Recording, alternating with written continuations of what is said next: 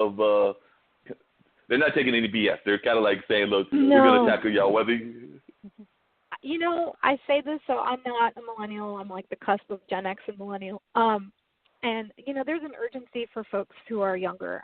We have so many dire issues, at least, thinking just climate change, this major, potentially, probably most likely catastrophic event, and not enough of our leadership who's older really having done enough. And so I get their fire, for lack of a better word.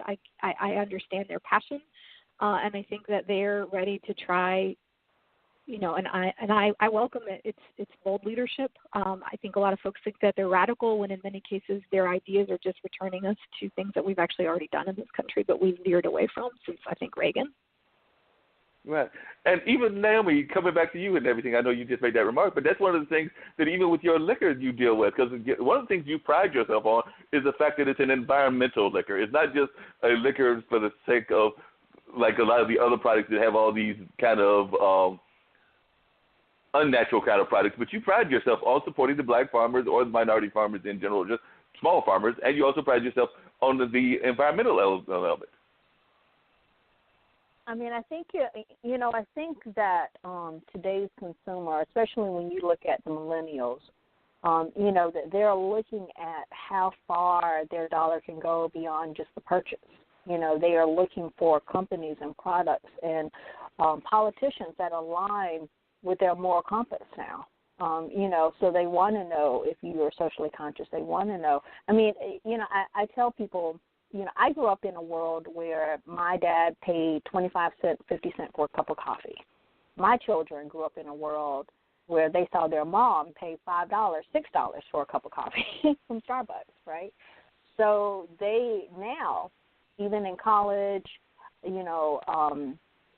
are now, I see them buying coconut water. I see them, buying bottled water. I see them, reading and saying, oh, well, there are a lot of metals in just regular tap water. So it's important that, Mom, that we, drink, bottled water or a water alternative.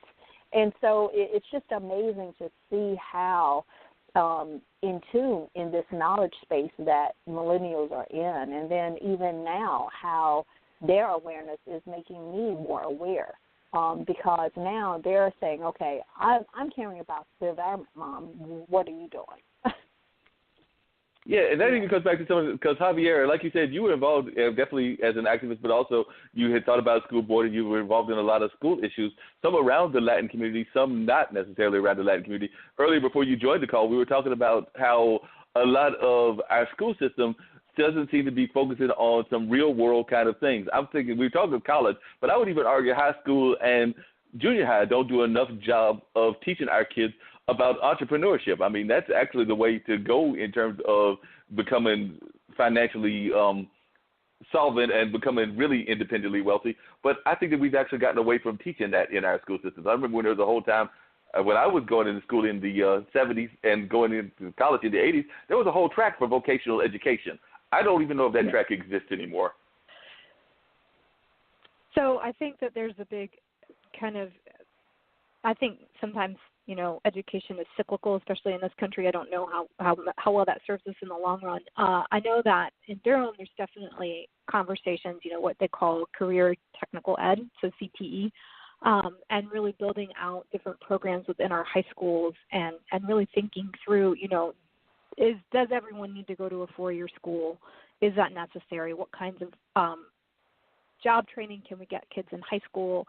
I know the city now has a youth internship summer program encouraging local businesses to have them as interns over the summer and really getting kids that real-world experience and getting them excited to go into fields that maybe they weren't thinking about. So I know that there's a lot of conversation. Northern High School has a culinary arts program now. I don't know if any of you all, they make fantastic food. You can use their services as like a catering company for an event. What they're teaching those kids up there is a valuable skill, and I think it's a fantastic program. So I've definitely seen things within DPS that are shifting towards that.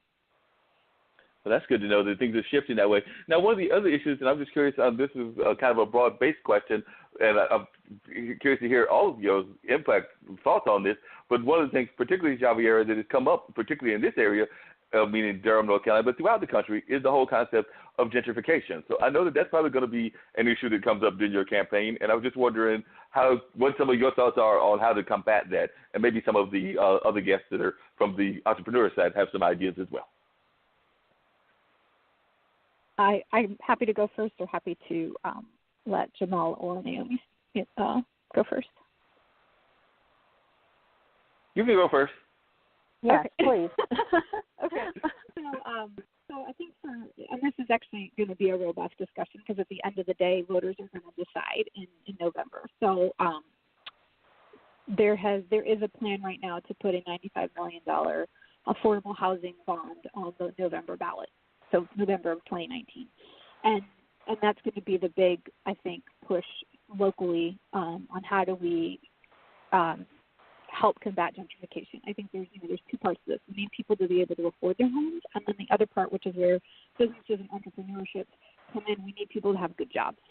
And so that's the other part that the city is also working through. So our Office of Workforce Development presented a plan on Friday around that as well. What is the city, local government's role in helping promote jobs in our community, so that we can answer both of those things, right? So we can keep making a lot of affordable housing, but alternatively, we also just need people to have really good jobs. And so then, what is our responsibility to, and in this case, Durham, because that's where that's the city I represent. What is our responsibility to Durham residents on that front, and what can we do to really create a city that's vibrant, that people want to be in, that people want to have their businesses in? Somebody else want to jump in? Oh, that's the bell again. Dean, is that the bell ringing again? Yes, sir. That's the bell ringing one more time. We got Phil McKenzie that's coming in. Okay, cool. He's actually a fellow podcaster. Okay. Mr. McKenzie. Yes, sir. How are you? I'm doing good. We've been having a very vibrant conversation going on. We've got Jamel with Harlem Brewing. We've got Naomie Lucas with Southern Wicked Lemonade. We were just joined by Javiera Caballero, who's a appointed city council person here in Durham, but who is getting ready to run her first full campaign. This is your first full campaign, isn't it, Javiera? Yes, it is my first full, running for actual election. Right. So her first full campaign. And now you are joining us. And you are, I bet you on the Black Podcast Network, because you are a fellow podcaster. So we're always glad to have other podcasters join us in the conversation. So tell us a little bit about yourself and how you got into the wonderful world of podcasting. Yeah, definitely. So it's great to be on the show. Thanks, guys, for the invitation. Basically, just a little bit about my background. I'm a cultural anthropologist and strategist. So my focus is really human-centered design and working with brands and organizations around culture, how they deal with both internal people and external people in order to promote their services, their goods, and their products, and how to do that in the most human-centric way. So, I really came to podcasting quite accidentally, as a matter of fact, in the sense that myself and my co-host at the time, Michael Brooks, were good friends. He comes from the podcasting space as well, and we decided to have a show, Two Dope Boys and a Podcast, that would basically speak to the issues that I deal with in my work. It would be a culture and insights type of show designed to just make brands and organizations smarter about how to interact with people as they go about their business.